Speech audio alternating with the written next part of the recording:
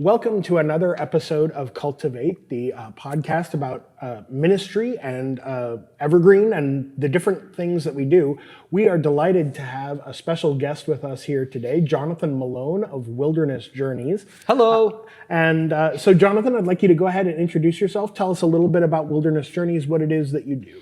So Jonathan Malone. I'm an American Baptist pastor, been a pastor for 25 years now, pastoring different churches. But currently what I do with Wilderness Journeys is backpacking trips, day hikes, retreats, anything that helps people get into the wilderness. I really believe that in the wilderness you have an encounter with God that's different than you can anywhere else. It's not better, but it's different. And it opens up a part of ourselves that may be hard to connect with, and are part of our relationship with God that may be hard to connect with elsewhere. So I do trips all around the country. With different organizations, and I have trips that are offered to anyone who'd like, and I'm doing 2 trips with Evergreen, one in June and one in August. So I've been on 3 trips with you now.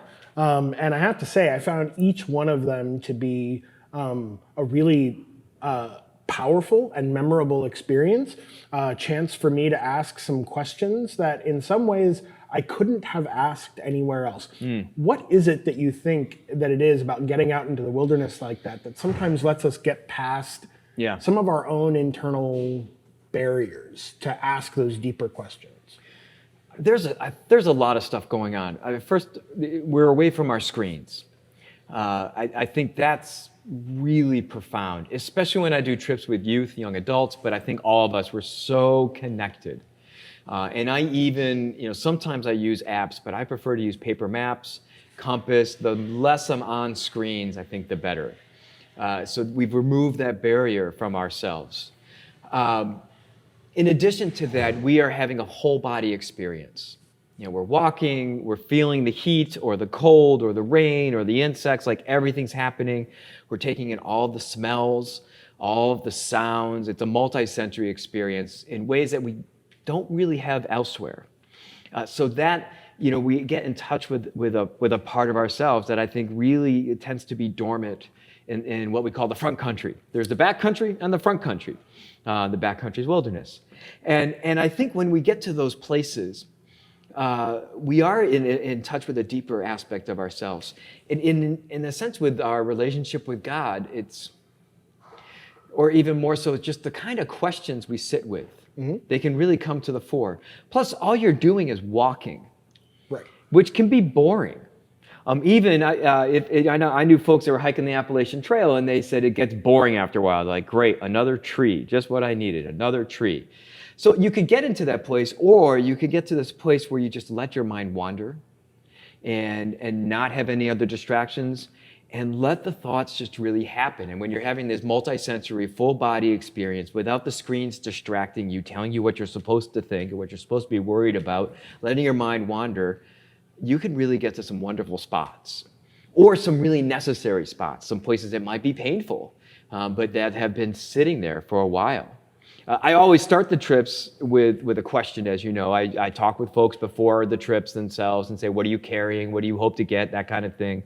And I try to come up with questions that meet the needs of that group. But the questions might be, what's heavy? What are you carrying?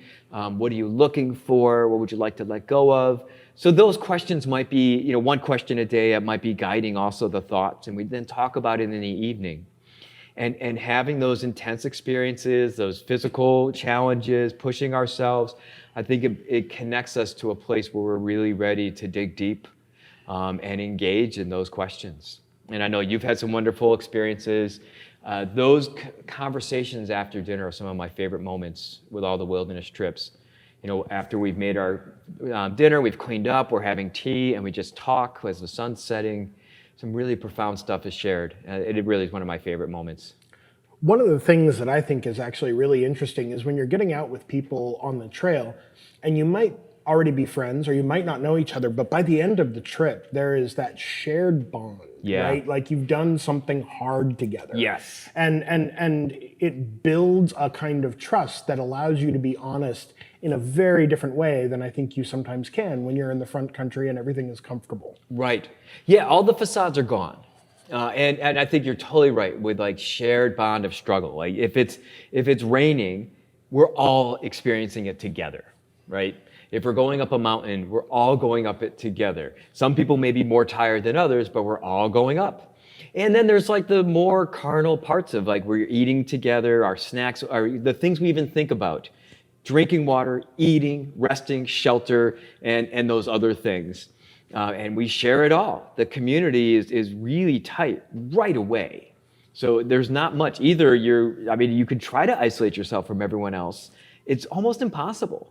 So that's part of the community formation is a strong part of these experiences. They're really important too. So this then, to me, begs the question of is this really, one of the things that I know that you've done with Wilderness Journeys is you've taken different groups out there. Sometimes you'll take people from a particular church or from a group of churches or that kind of thing. The trips that you've run for Evergreen have been people from different Evergreen churches and a couple of different clergy groups that have gone out. And what is it about that group dynamic that changes after they've had that shared experience on the trail? I think that vulnerability is really there.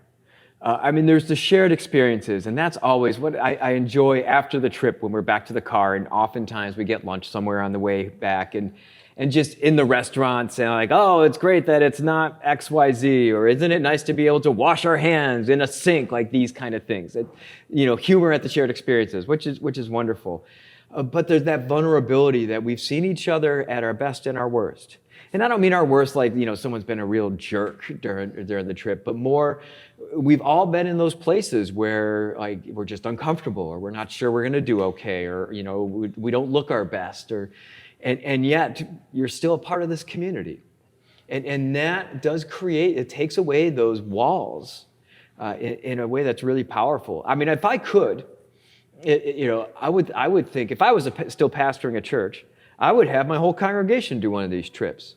I don't know how it would work, but can you imagine if a whole community congregation goes in the woods for 4 or 5 days and has that experience together and shares that kind of challenge together and those joys together, what they would be like afterwards as a church when they have to say like, oh, we've got to balance the budget. Like, this is easy after what we just did. Right, yeah. I know that after the clergy trips that I've been on, like, I was already friends with some of these people. They were colleagues, but man, we come off the trail and it's like, these are people I trust, right? Yeah. Ride or die, right? Yeah. Real friends help you move, real friends help you move bodies, right? Like these are people that I'd move bodies for. And it's right. Yeah, that's a good way to put it. Yeah, part of it is also like, what else are you going to do but talk to each other? Right. And conversation's so important. So while you're walking, sometimes there's silence, and that's okay. It's also great. We get in those comfortable places of silence. We're like, we don't need to talk. It's okay. But then you do talk, and you just talk while you're walking. And great moments of conversation, because there's not much else to do. Yeah, the depth of the intimacy is really profound. We're here at the Evergreen Annual Leadership Retreat. Jonathan's been one of our guests and is later going to be leading a hike to find Oscar the bird troll, I think. The bird king. The bird king. The bird king. And so that'll be a chance for our Evergreen folks who are here to get like a little glimpse of what it is that you do, like the smallest piece of it. But one of the things that I loved is actually when you registered for the retreat, you put down your church as the Church of the Holy Wilderness. And that to me tells me that you have thought very deeply about what it means for the wilderness to be a very different space than anywhere else. Could you share a little bit about your theology of the wilderness? Yeah, I don't remember writing that, but it sounds good, so I'm going to say I did. I like that. I think like the wilderness, I walk this fine balance of not over elevating the wilderness, making it this magical place that's, that can do things that nothing else can, but also not demeaning it. So I don't take this kind of dominion mentality of like, we are stewards, but it's ours to control. But rather, we are in relationship with the wilderness. And so in many ways, we're walking into a community that's already been existing. So last year we did the whole river trail in the Right. Olympic National Forest, which was amazing. And those trees are incredible, and the vibrancy of all the moss. And we really were walking into a very active space. Right. The activity is much slower. We Right. can't really see it happening. I mean, we saw the banana slugs at night, and that was cool. But there are things happening. Those trees are in communication with each other and with the moss, and there's birds that are in communication. Like, all this stuff is happening. And I really do believe that these are all parts, this is part of God's creation as much as we are. So part of what we do is we're trying to dwell in this different community in a way that's respectful, in a way that's aware, in a way that tries to have as minimal amount of damage as possible. And in a way that we open ourselves to say, how can you impact us? I mean, that's what a good relationship is, right? Right. If we, if when we go to church, we go to coffee hour afterwards, we're saying, how can that worship service and the relationship I have with you, I'm sharing coffee with, impact and change me? Right. We want to be impacted by our fellow church folks. If we don't, there's some stuff going on. But really, that good relationship means you're going to change me and I'm going to change you. I think we bring that into the wilderness. There's no way we're going to go in there and not have an impact on the trees and the animals and such. Just our presence will. But there is a way we can go there and shut ourselves down so much that we won't allow ourselves to be impacted. But when we are open up, or when we open ourselves up, we are impacted. So in many ways, we are in another congregation. And it's a different kind of liturgy. The liturgy that's happening in the wilderness is just happening much more slowly. I think they're still doing their first worship service ever, but they're yet to be done with the invocation. Give them time. When the sermon happens, that's going to be amazing, let me tell you. How would someone get in contact with you to have a conversation about like what their skill level is, or what kind of trip would be best for them to go on? You have to yell really loud. That's always how I've gotten And if your I'm in attention. earshot, Yeah. then that will work, or blow a whistle. Yeah. You can find me. you can find me on the most direct place is my website, which is wildernessjourneys.org. wildernessjourneys.org. And there's a place where you can email me questions. You can find me on Facebook, either Pastor Malone, Jonathan Malone, or Wilderness Journeys Facebook page, and send me a message there. Instagram, I'm Pastor Malone1. That's a good way to reach out to me. But emailing pastormalone@gmail.com, I'll get your emails. And I do want to say, so if someone wants to do a trip or even signs up for a trip, I meet with you. I'll ask you first about like your language of faith, but then I'll say, what kind of gear do you have? Do you have what you need? What else how can I help you with questions? I do have gear that I rent, the big three, which are packs, tents, and sleeping bags, sleeping pads. Those are expensive. Most of the folks I get are beginners. And so they have a lot of questions of like, what is okay? And I am thrilled to talk about gear. I could talk about gear for a long, long time. I know, I've heard. Yeah. We've had some great conversations about it. Right. One of the other things that you do that I think is maybe an underutilized resource that I want to encourage people is that people who are thinking about taking their own trips and they want some guidance, you're able to provide that kind of consultation. Yeah. So could you say a little bit more about kind of that aspect of things, and then? Yeah. So I mean, on the website, wildernessjourneys.org, you can find you can sign up for a consultation session, and I'll give you an hour. If you want to pay for a second hour, I'm happy to do all of this. You've got to pay me because I need to eat. Look at me. And the consultation, usually what I'll do is I'll say, where are you hoping to go? What are you hoping to do? That kind of thing. And I'll do some research ahead of time. And then walk through you. Here's some trip plans. Here's some preparation you want to think about. Food's a big question. How do I prepare food? So I will walk through all of those things as much as we can get in an hour. And hopefully you'll come with you'll say, these are the things I really want to think about, or these are the things I'm worried about. Because planning is so much of a trip. And if I may, half of the rescues, probably more than half of the rescues that happen all over the United States, and I read rescue reports, are because people went out into the wilderness ill-prepared. They didn't bring their flashlight. They didn't think a day hike would take as long as it did, or they didn't have the right kind of gear for in bad weather. Planning is so important, and I want people to have wilderness experiences. Even if it's a day hike, reach out, I'll work with you. I'll help you, and just make it possible.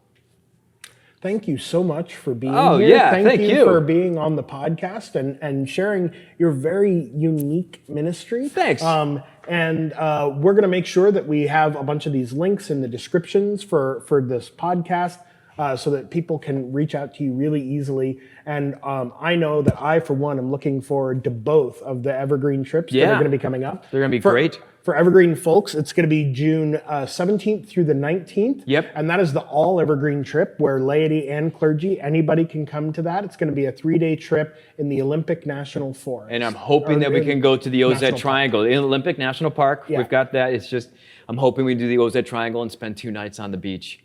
And then it's the 10th through the 13th of August. I believe so, right? yeah. And that's going to be the clergy trip, which I cannot recommend highly enough. Everyone that I've been on has been life-changing. And that's going to be in the Mount Baker. Yeah. Beautiful areas. Yeah. Thanks, Paul. Thanks for Thank having you. me. Thanks, and we'll see you on the trail. There we go. Bye, folks.